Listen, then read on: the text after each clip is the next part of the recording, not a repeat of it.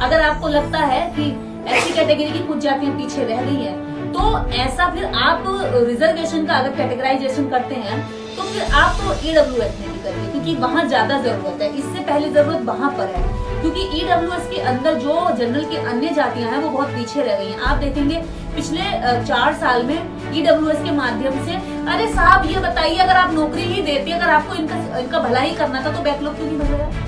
NFS क्यों हो जाता है? एनएफएस का 4 और जो द्रोड़ बैठे हुए हैं एनएफएस करके 1 साल उन्हें खाली रखते हैं और उसके बाद में जनरल को सीट दे देते हैं। यानी कि इसके लायक, इसकी योग्यता अनुसार कोई बंदा नहीं मिल रहा है जी, इस कैंडिडेट को नहीं मिल रहा है एससी का, तो अब हम जनरल को दे देते हैं ना। होगा भारत के अंदर अगर रिजर्वेशन एससी एसटी को दिया गया है तो वो गरीबी उन्मूलन का कारण नहीं है। पहले तो ये इतनी सी समझ सुप्रीम कोर्ट को होनी चाहिए, संविधान को पढ़कर इतनी समझ होनी चाहिए थी, जो ये बेकार का ज्ञान दे रहे हैं कि रिजर्वेशन जातीय आधारित था।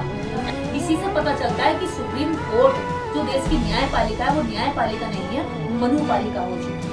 उसके दिमाग में मनु सिस्टम चलता है, उसके दिमाग में वर्णासन सिस्टम चलता है, जिसमें वो ये सोचता है कि जिन लोगों का अधिकार के माध्यम से गुलामी खत्म हो रही है, जो लोग सशक्त बन रहे हैं, जिनको दास बना के रखना है, वो दास आज मनुस्मृति नहीं काम कर रही। मनु महाराज तो चले गए, मर गए, लेकिन मनु महाराज के जो विचार हैं वो हमारे देश की मनुपालिका यानी न्यायपालिका के सिस्टम में पूरी तरीके से फिट होकर के चल रहे हैं। तो ये मनुपालिका का निर्णय है, ना कि न्यायपालिका का न्याय। तो मैं एक तरह से क्रीमी लेयर के पक्ष में हूँ, लेकिन क्रीमी लेयर वहाँ एससी एसटी में तब होना चाहिए जब पहले जुडिशरी में हो जाए, जब पहले ईडब्ल्यूएस में हो जाए, जब देश की जनरल कोटा जो 50% जनरल लोगों को मिलता है उसमें क्रीमी लेयर हो जाए। उसके बाद एससी एसटी में क्रीमी लेयर की बात करो, तब तो लगेगा कि तुम न्याय कर रहे हो, वरना तुम छीन रहा है।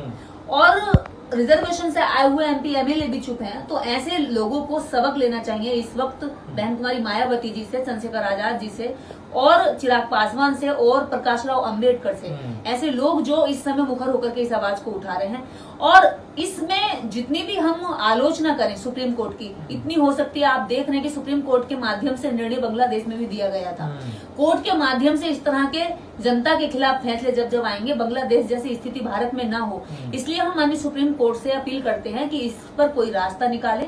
अगर आपको लगता है कि ऐसी कैटेगरी की कुछ जातियां पीछे रह गई हैं, तो ऐसा फिर आप रिजर्वेशन का अगर कैटेगराइजेशन करते हैं तो फिर आप तो ईडब्ल्यूएस में भी करिए, क्योंकि वहाँ ज्यादा जरूरत है। इससे पहले जरूरत वहाँ पर है, क्योंकि ईडब्ल्यूएस के अंदर जो जनरल की अन्य जातियां हैं वो बहुत पीछे रह गई हैं। आप देखेंगे पिछले 4 साल में ईडब्ल्यूएस के माध्यम से आईएएस की बात कर रही हूँ, 12 आईएएस तो दिए हैं, क्षत्रिय बने हैं, 12 आईएएस की कुर्सी क्षत्रियों को दी है और 17 आईएएस की कुर्सियां ब्राह्मण को दी हैं। तो आप देखिए, जिनकी संख्या 3 गुना है क्षत्रियों की, उन्हें मात्र 12 सीटें, और जिनकी संख्या कम है उनको 17 सीटें, यानी कि उनका बचा कुचा फेंक दिया, जैसे जूठन खाने के लिए दे दी जाती है। तो जो क्षत्रिय जाति है वहां पर अन्य और भी जातियां पीछे रह गई, उनका भी तो इस तरह से वर्गीकरण करके उन्हें भी आगे लाना चाहिए। क्योंकि जब आप उठाने की बात कर रहे हैं, गरीबों की बात कर रहे हैं और गरीबी के आधार पर लाभ देने की बात कर रहे हैं, तो ऐसा नहीं है कि आप केवल एससी में टटोलेंगे। और एससी में अगर टटोल भी रहे, मैं ये मानती हूँ कि अगर आपको एससी में ऐसा लगता है कि कुछ जातियां पीछे रह गई हैं, तो सबसे पहला जो शर्त है नौकरी पाने की, वो सबसे पहली शर्त है योग्यता एंड शिक्षा।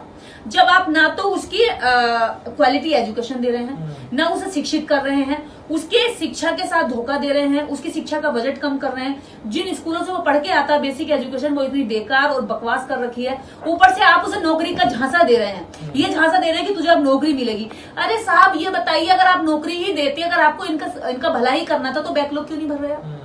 एनएफएस क्यों हो जाता है? एनएफएस का 4 और जो द्रोड़ बैठे हुए हैं एनएफएस करके 1 साल उन्हें खाली रखते हैं और उसके बाद में जनरल को सीट दे देते हैं। यानी कि इसके लायक, इसकी योग्यता अनुसार कोई बंदा नहीं मिल रहा है जी, इस कैंडिडेट को नहीं मिल रहा है एससी का, तो अब हम जनरल को दे देते हैं।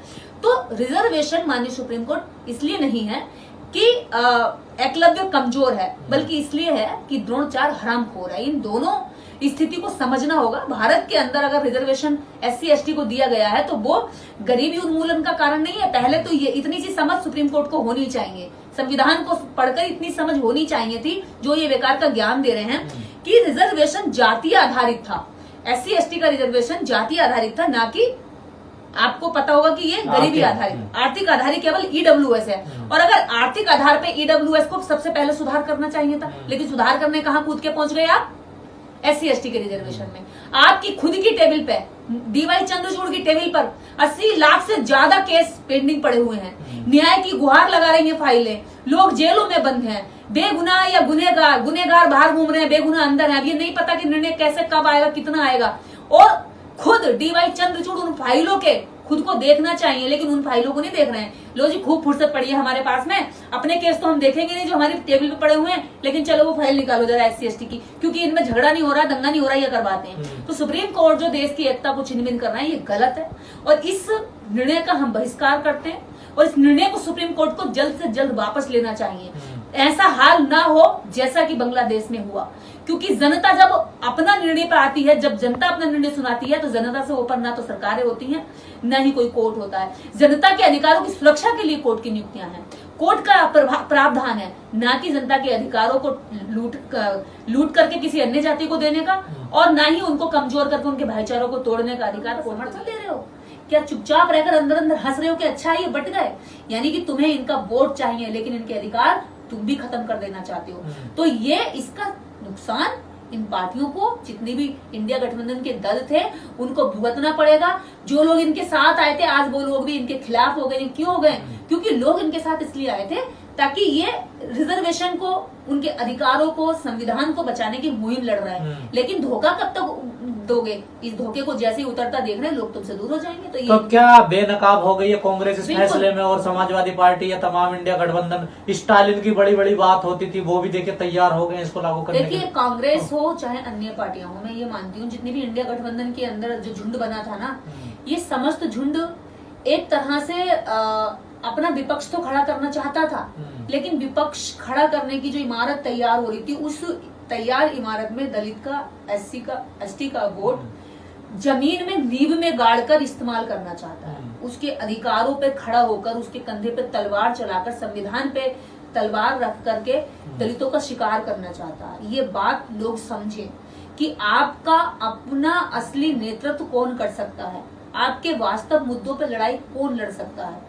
तो इसलिए इन लोगों से सतर्क रहें, और अगर आपकी मजबूरी ऐसी बन रही है कहीं पे कि इन्हें वोट देना पड़ रहा, तो इनका गिरेबान पकड़ के इनसे पूछे जरूर कि तुम जब कहाँ सो जाते हो, जब हमारे अधिकारों पर तलवारें चलाई जाती है सुप्रीम कोर्ट के माध्यम से और पार्टियों में बैठे हुए नेताओं के माध्यम से, तब तुम कहाँ होते हो। तो इनसे सवाल करना हमारे लोग सीखें। इन्हें वोट देने से पहले इनके हाथ पे ये सवाल सारे रख के भेजे कि जाइए इनका जवाब ढूंढ के लाइए, फिर हमारे पास मुंह दिखाने लायक बनिए, फिर हमसे वोट मांगिए। लेकिन दीदी, एक पॉइंट है जिस पर कोई भी चर्चा नहीं कर रहा। हर जो लोग याचिका डालने वाले, उन्होंने भी इस चीज की मांग नहीं करी थी, क्रीमी लेयर। लेकिन सुप्रीम कोर्ट ने अपनी तरफ से ही इस फैसले में क्रीमी लेयर को भी जोड़ दिया। क्रीमी लेयर को वो इसलिए जोड़ा, SC की याचिका थी, ST को भी उन्होंने अपनी ओर से ही जोड़ दिया। ST का भी उसमें कोई जिक्र नहीं था, ST को जोड़ दिया, क्रीमी लेयर को जोड़ दिया। इसी से पता चलता है कि सुप्रीम कोर्ट जो देश की न्यायपालिका है, वो न्यायपालिका नहीं है, मनुपालिका हो चुकी है।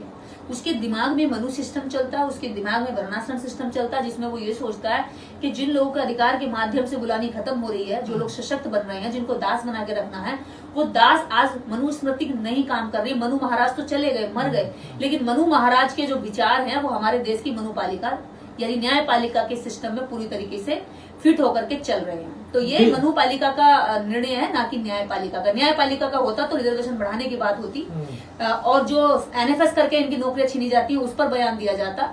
जो अलग अलग क्षेत्रों में अलग अलग लोगों के साथ जातीय भेदभाव होता है उस पर संज्ञान लेता कोर्ट। घोड़ी पर चढ़ने पे मारा जाता है, पीटा जाता है। इसमें लेकिन एक जज ये कह रहे हैं कि भैया ऐसा एक जाति ने जब अधिकार आरक्षण का लाभ ले ली तो अगली जाति इसका लाभ नहीं लेगी।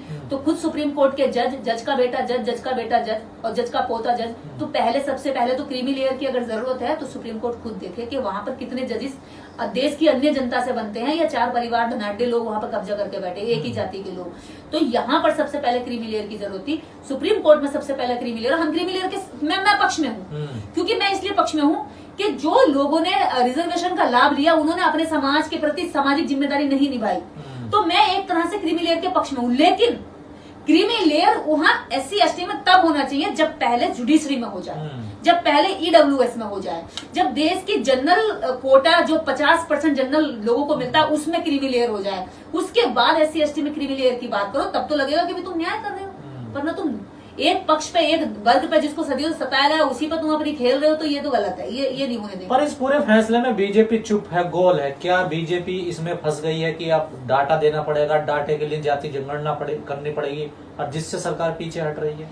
सरकार के द्वारा ही ये कराया गया। आप क्या सोच रहे हैं कि सुप्रीम कोर्ट के कंधे पर रख के बीजेपी तलवार नहीं चला रही है? ये सारा खेल बीजेपी के माध्यम से हो रहा है, आरएसएस के माध्यम से हो रहा है। आरएसएस के कार्यकर्ताओं ने कल बैठक करके कहा है कि हम जो वर्गीकरण हो रहा है SC ST में, इसका समर्थन करते हैं और अब राजनीति में भी वर्गीकरण का समर्थन करेंगे और उसका भी हम मुहिम चलाएंगे।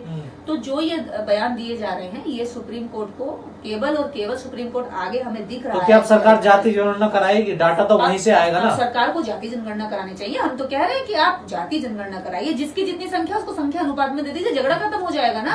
अगर सुप्रीम कोर्ट ये कह रहा है और पार्टियां भी ये कह रही है, विपक्ष को भी ये लगता है कि एक जाति ज्यादा खा रही है, एक जाति कम खा रही है, हमारे भी मन में ऐसा है कि ईडब्ल्यूएस से नफरत आ रही है, क्योंकि हमारे मन में ईडब्ल्यूएस की वजह से ये नफरत है कि भाई इसमें एक जाति ज्यादा खा रही है, बाकी जातियों को नहीं मिल रहा है। तो वो नफरत भी खत्म हो जाएगी। ऐसे ही जो SC समाज में लग रहा है कि भाई हमें ज्यादा मिल रहा है या उनको कम मिल रहा है, तो वहां भी ये नफरत खत्म हो जाएगी। तो जाति जनगणना करा लें।